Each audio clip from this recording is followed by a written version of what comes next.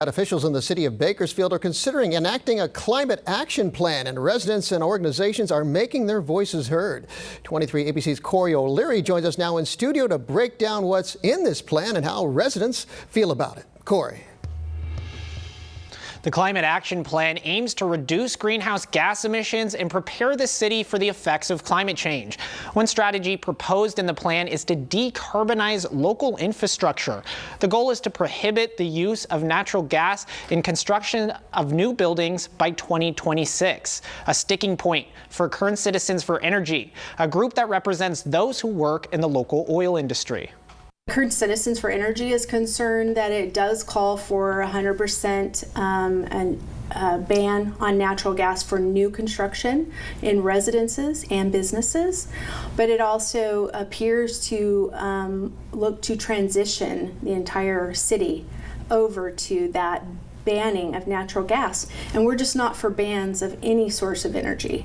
Though Tracy Leach with the Current Citizens for Energy expresses worry about a ban on natural gas, reviewing the plan itself reveals it does not call for a ban and it won't force people to replace their gas stoves. The plan does call for 15% of residential and commercial buildings to be retrofitted to be all electric by 2045. On the other side of the issue, Riddhi Patel, Economic Development Coordinator for the Center on Race, Poverty, and the Environment, says the plan doesn't go far enough when it comes to restricting natural gas use. Decarbonizing building and infrastructure that rely on natural gas is good. Electrifying it is good, and we should ban natural gas. It is a major health hazard.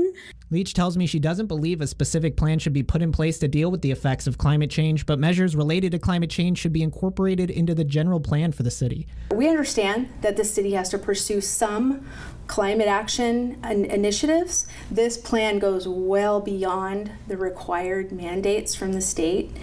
Patel, however, says the plan is the least the city can do to tackle both new challenges and the one the city has faced historically. Like creating a climate action plan and at least trying to make some sort of effort to stray away from an exploitative system that we already have is not gonna worsen what we already have. We need a plan to improve. The plan breaks down the source of greenhouse gas emissions in 2019 and forecasts emissions if nothing is done. The city of Bakersfield needs to meet standards set by the state or face penalties. Without adopting certain sustainability measures, the city may end up being ineligible for some state grants and funding as well. Patel hopes the cities will look to historically disenfranchised communities to help shape the climate action plan. Yes, and the city, I will be honest, I don't trust the city to do that because they've never done that. They've never prioritized community interests when drafting policy. But that means it's up to community residents to show up and tell them. Gas-powered vehicles are some of the biggest greenhouse gas emitters in the world.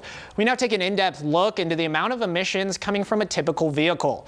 According to the U.S. Environmental Protection Agency, a vehicle emits about 4.6 metric tons of carbon dioxide per year. This is assuming the vehicle has a fuel economy of about 22 miles per gallon and is on the road around 11,500 miles per year. Typically, a gallon of burned gasoline creates nearly 9,000 grams of CO2. You can find more on the Climate Action Plan at bakersfieldcity.us, and it's currently under public review, which means you can submit a comment to the city about the plan until August 31st. In studio, Corey O'Leary, 23 ABC News, connecting you.